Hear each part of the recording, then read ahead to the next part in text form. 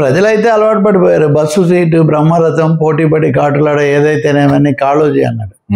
అందరు శ్రీశ్రీ చెప్తుంటారు కానీ కాదేది కవిత కనరాని కాళోజీ ఇంకా సూటిగా పోటీపడి కాటులాడ. అదే ఇంకా ఆంధ్రప్రదేశ్ ప్రజలకు అలవాటైపోయింది. వాళ్ళ అలవాట్లు కూడా. చంద్రబాబు నాయుడు గత 3 రోజుల పాటు దీని మీద చేశారు, అవన్నీ వచ్చాయి. కానీ అదే సమయంలో అసలు ఏమీ జరగలేదు, ఇది మానవ కల్పిత విపత్తు అని జగన్మోహన్ రెడ్డి నిన్న వాళ్ళతో మాట్లాడుతూ అన్నారు. వాళ్ళేమో అసలు వీళ్ళకేం తెలియదు, ఆయన ఉన్నప్పుడు ఏం చేయలేదు, పారిపోయేవాడు, ఇప్పుడు కూడా రాలేదు అని అంటున్నారు.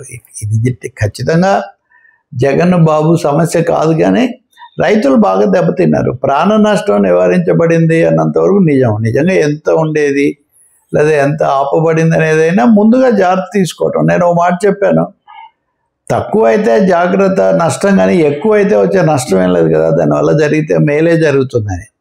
కానీ సమస్య ఎక్కడ వచ్చిందంటే ఈ అత్యుత్సాహం ఉంది కదా, అతి ఆవేశం.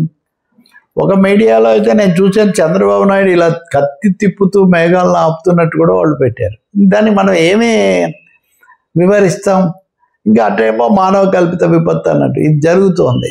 కాబట్టి దీన్ని మార్చుకోవాలి. ఇప్పుడు రాజకీయాల్లో ఒకరి ఉనికిని ఒకరు సహించడం, ఒకరి పద్ధతులు ఒక విధంగా ఉంటాయి, ఒకరి ఫోకస్ స్ట్రెస్ ఒక విషయంలో ఉంటాయి. కాబట్టి ప్రజలకు చేసే పథకాలు పనులు ఒకరు చేయలేనివి కొన్ని కవర్ చేయడం, మళ్ళీ పెంచుకోవటం తప్ప ఇక రెండో వాళ్ళు ఏం చేసినా మేము దాన్ని అసలు గుర్తించమనే పద్ధతి ఉంటే కుదరదు. అది ఈ తుఫాన్ సమయంలో మటుకు బాగా మరొకసారి బయటపడింది.